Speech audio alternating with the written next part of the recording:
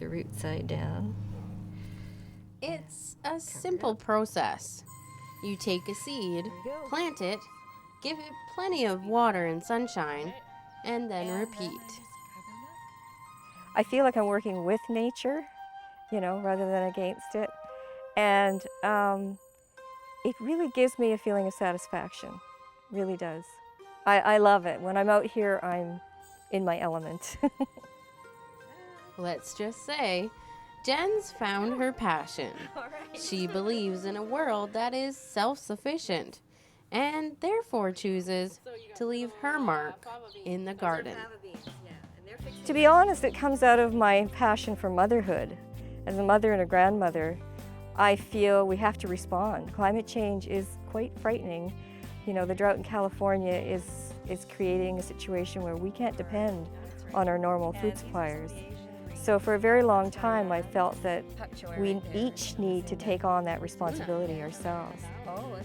Jen identifies as a gardener, an urban gardener, where her green thumb leads the way. Once I started saving seed, that's a remarkable experience because you get your seed from the seed supplier, you plant the seed, the plant flowers and goes to seed, and you save that seed and then you plant it again the next year. There's something about that. It's just, I would say, addictive. But it feels so good to be growing a climatized seed because it's amazing how it just jumps out of the ground it's like it's going back to where it came from when you plant the second year. It's something that Jen enjoys so much and believes so strongly in that she's decided to share the art of urban gardening and edible landscapes with the rest of the community. How do we balance the fact that we don't have much room with what other farmers in the rural areas are doing? Well, the truth is you can't. You have to make lots of compromises. So you have to choose your plants that you're going to grow. And these are skills that our community needs to have. And we need to build this resilience into our local community.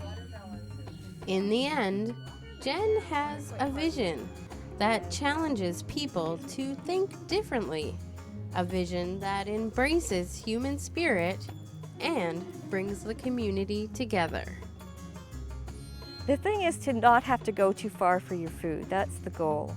There are restaurateurs in Port Alberni who are devoted to buying local.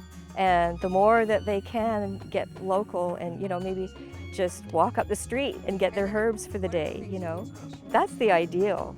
Because, then you're seen in the community, you can see a yard transform from just a lawn that you have to mow and water into something that's producing food and producing this community feeling that we're resilient, we can cope with climate change, and we can do it together. In Port Alberni, I'm Jenny Fortin.